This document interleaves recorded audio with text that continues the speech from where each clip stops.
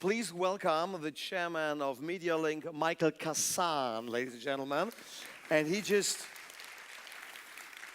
flew in from LA where the weather was a little bit better. That's true. But the weather's always better. and you can make a right turn on a red light. It's a very, very important cultural... Now this is Germany also right now. There you go. This is something we got from East Germany, actually. Now you're in Cologne, and the best thing is you're not alone with you. Is let me say, a gift for you. Well, the gift that I brought along with me is someone who I consider a very good friend, and I think somebody who will give this audience some things to think about. And that would be the chairman and CEO of AOL, my good friend Tim Armstrong. Please welcome Tim Armstrong. It's all yours. Thank you so much. See you later.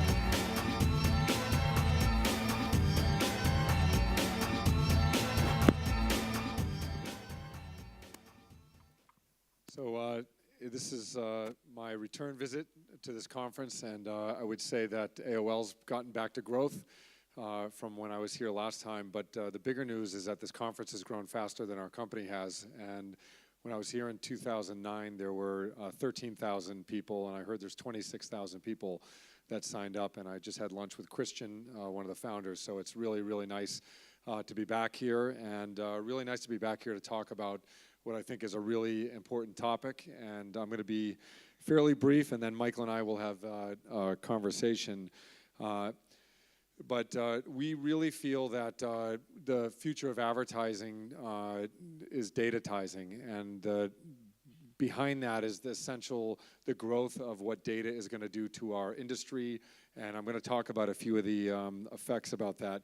I also just wanted to say Germany is a big area for AOL, and a lot of our ad tech development comes out of here. Erhard, who runs our ad tech group, announced today that we're launching Ad Tech Marketplace across Europe, which is our real-time bidding platform. So I want to say congratulations to our team in Germany, who we spent a little time with this morning. But a big day, big week for us in Germany. The conference titled Turning Vision into Reality.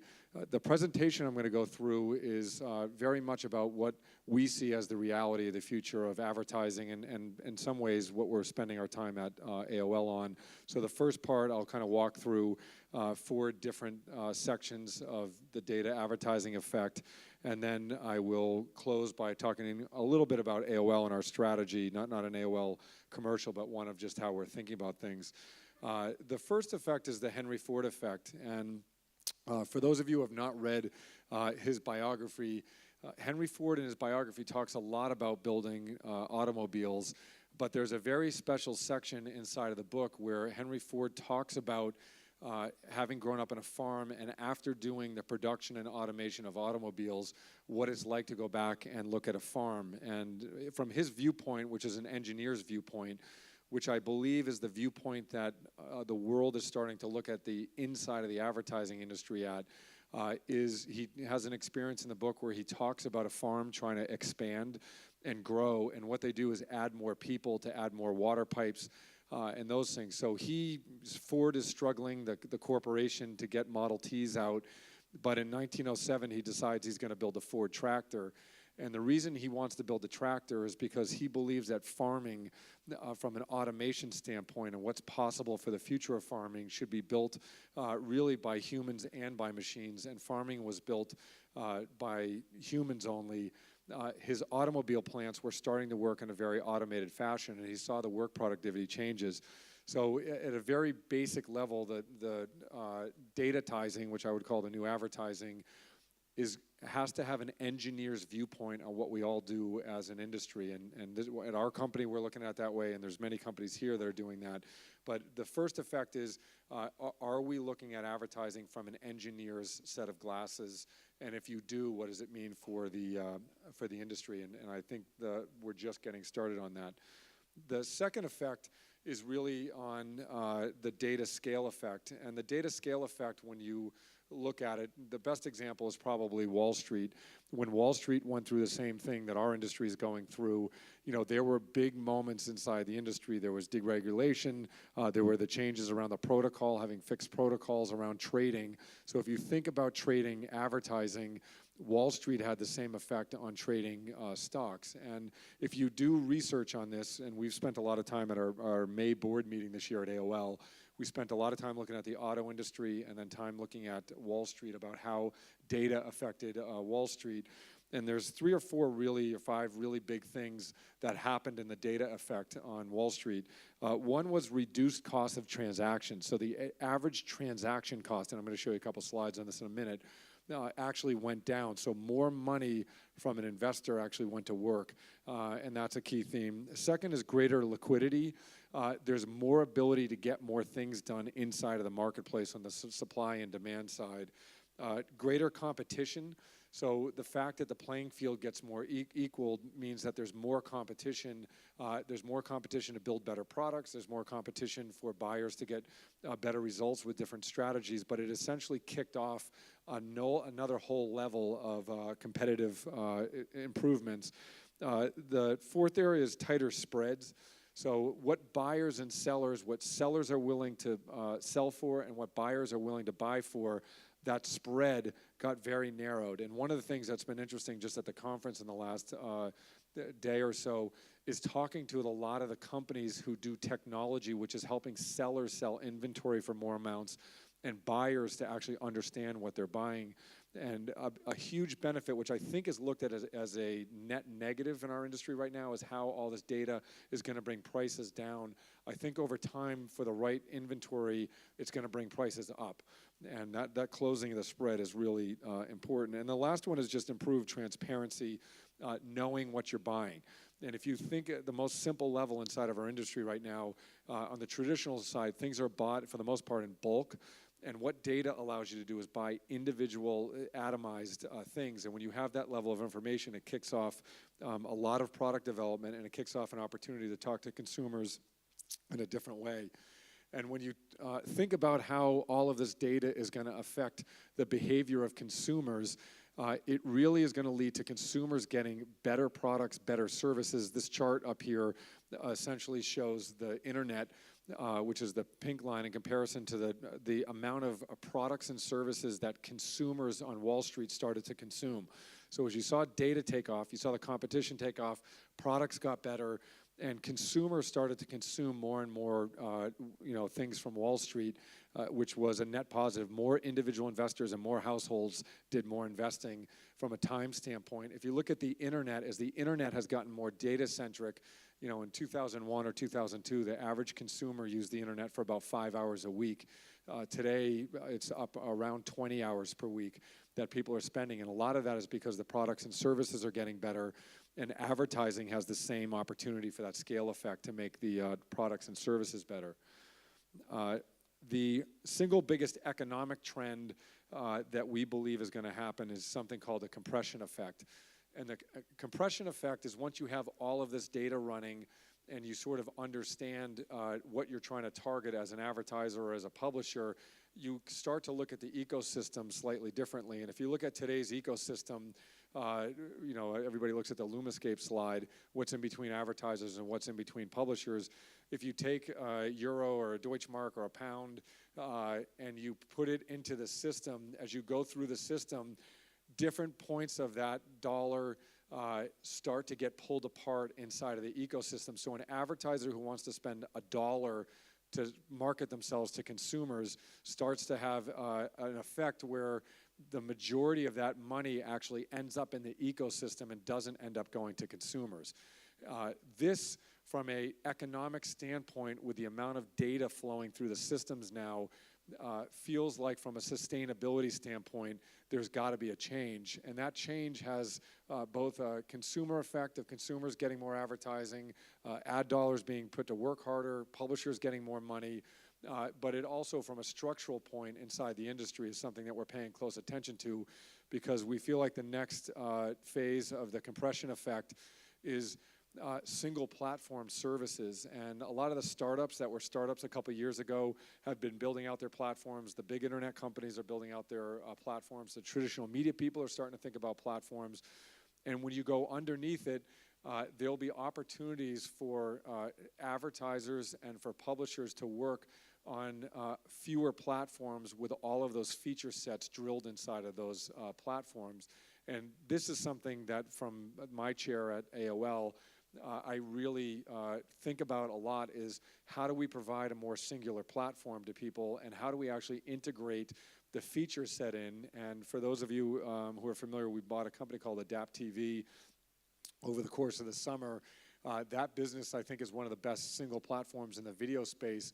They've solved this problem by putting an app feature inside of their platform. So while the platform connects in a marketplace way, you're able to actually go into their marketplace and pull up apps for the targeting or data resources that you want. And we believe, compared to where our business was 4 or 5 years ago to where it's going, we're going to have to move more and more in this direction. But the net benefit is you'll have a much more productive global advertising systems from different companies that will move the needle a lot. On the AOL side of the business, I just wanted to spend a couple minutes talking about what we've called the barbell strategy. And inside of the barbell strategy at AOL, there are 2 sides to it. One side is branded experiences, and the other side is deep programmatic automation. And internally inside the company, I say this a lot. I say the place we can't be is in the middle, because the middle is going to get run over by data and by services. And the areas within inside our company that are working the best, and I'm going to give you a couple examples of this. On the deep branded experiences side, we've gone all the way over to the deepest level of human interest, and we really want to, whether it's online or offline, and stay there. Example would be we do TechCrunch Disrupt. TechCrunch Disrupt is coming to Berlin in October. That's an experience where we have massive scale on the content side and on the data side, but we also get people together, and we had record-breaking attendance, almost like this conference has had, about getting people together for that experience. On the other side of the barbell, we're spending our time really deeply thinking about how data, going from advertising to datatizing, how do we get the highest scale results with the most data attached to it? And I'm going to give you 2 just quick examples of that overall.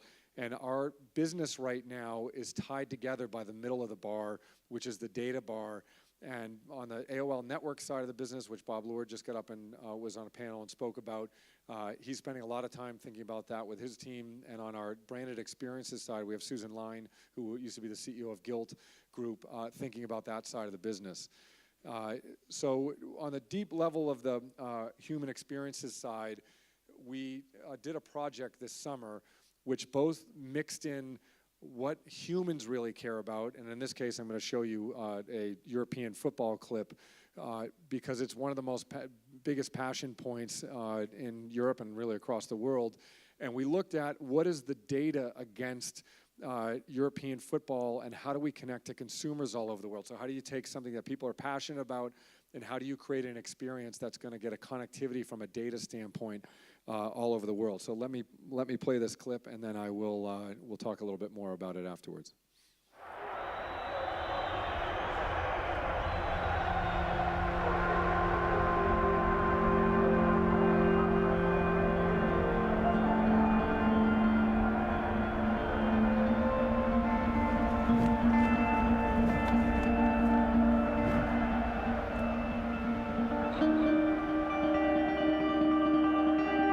Vi vedo sugli spalti, sento i vostri sguardi. Vi ringrazio di essere con me. Voglio che lo sappiate.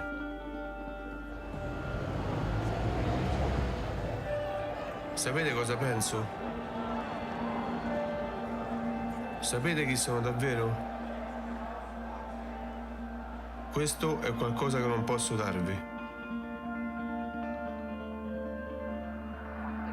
Ma posso darvi 90 minuti con tutto il mio cuore. E ve lo do da 20 anni. In 670 partite e 282 gol.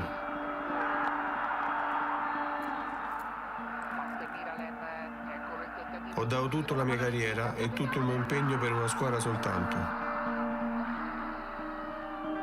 La S Roma.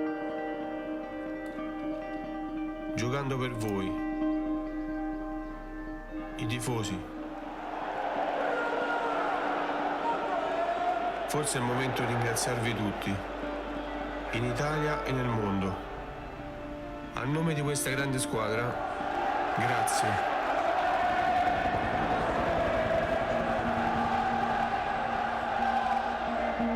Mi avete dato quanto di più uno si possa donare. L'energia di andare avanti. Spero ciò possa soddisfarvi.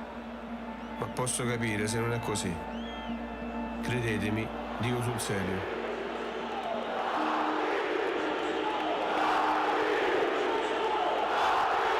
Non sono soddisfatto neanch'io.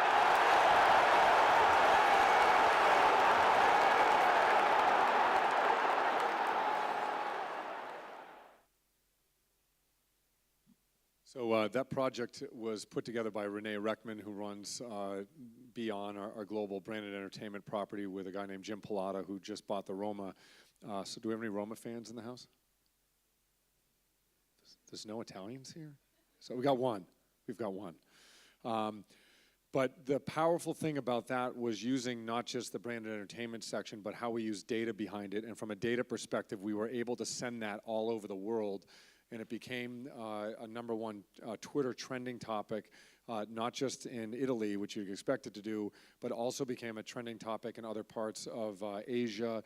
And it was the ability for us to take human experience, tie it to data, and distribute it to a very deep degree. The other piece, and this is one of the things that I'll close with, is putting data against everything you do yields very, very concrete results. And in the last, I was just in Paris and Berlin yesterday. Last week I was out in California at our TechCrunch conference. And one of the things that I've become attuned to now is asking people, how does data, when they attach nodes to people, how do they take data and turn it into insights? And this is an example of a video game being filmed where they have nodes of data on top of a player, and it turns into an experience, and the experience has a very big consumer benefit. McKinsey came out with a study over the summer which showed all the different segments of consumers, and once you datatize them and understand what the different segments are, in some of these research studies you look at, there are up to 24% of people who engage all the time with advertising. There's another 42% of people who don't engage with advertising.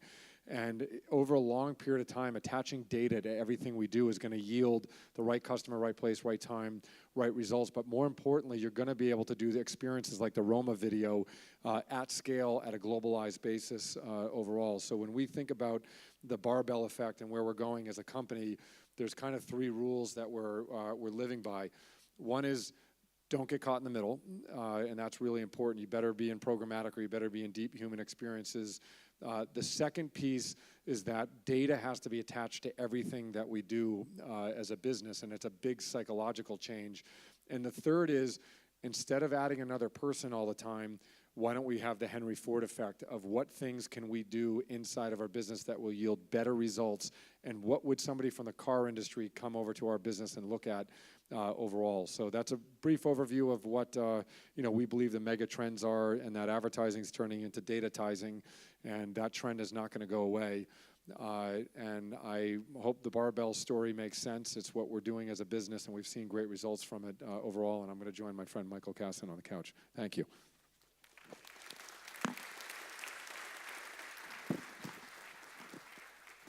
When you say that, Tim, I feel like a shrink. Please step right up. Thank you very much, Tim. That was great. And you opened with the theme of vision to reality.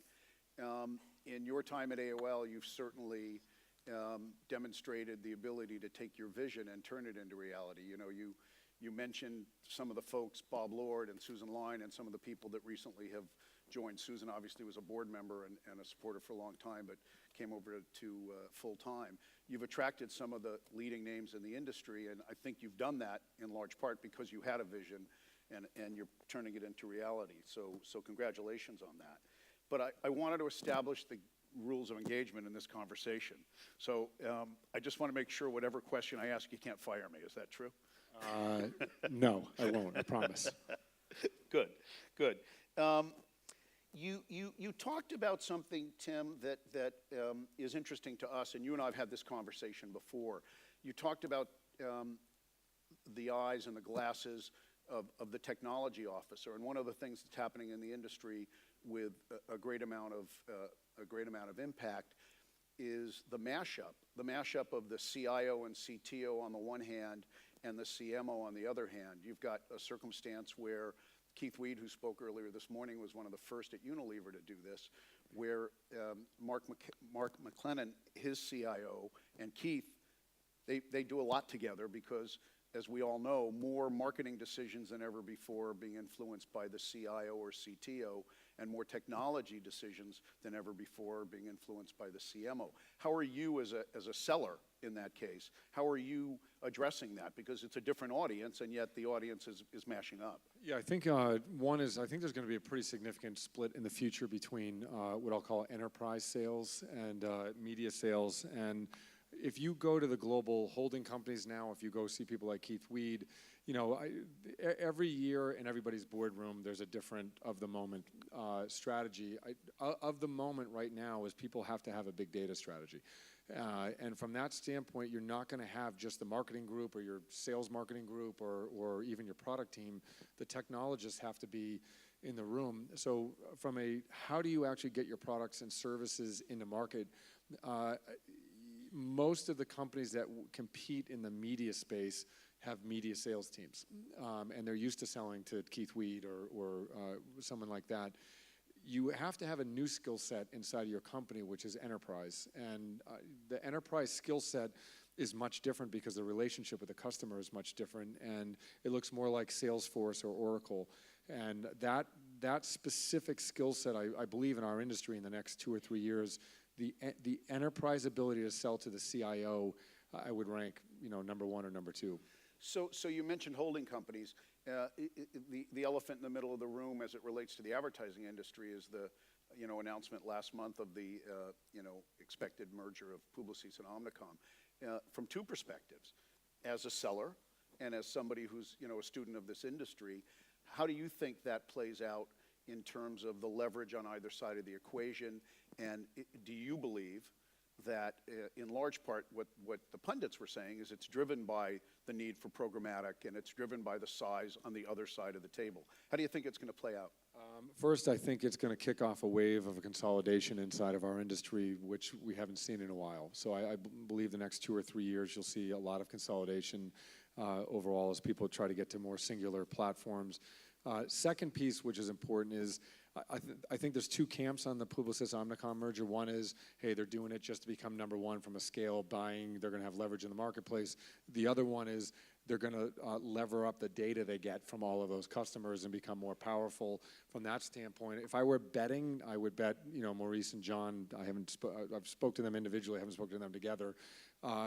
You're not allowed to yet. I believe that they see this as an opportunity to actually leapfrog from a data standpoint and system standpoint into the future. There's a lot of people between those 2 companies, but there's also, if you can get scale effects inside of that business, that would be a pretty tremendous outcome. So Tim, that begs a question that we talked about many years ago when you were still at Google. And we don't hear this word very often these days, the disintermediation word.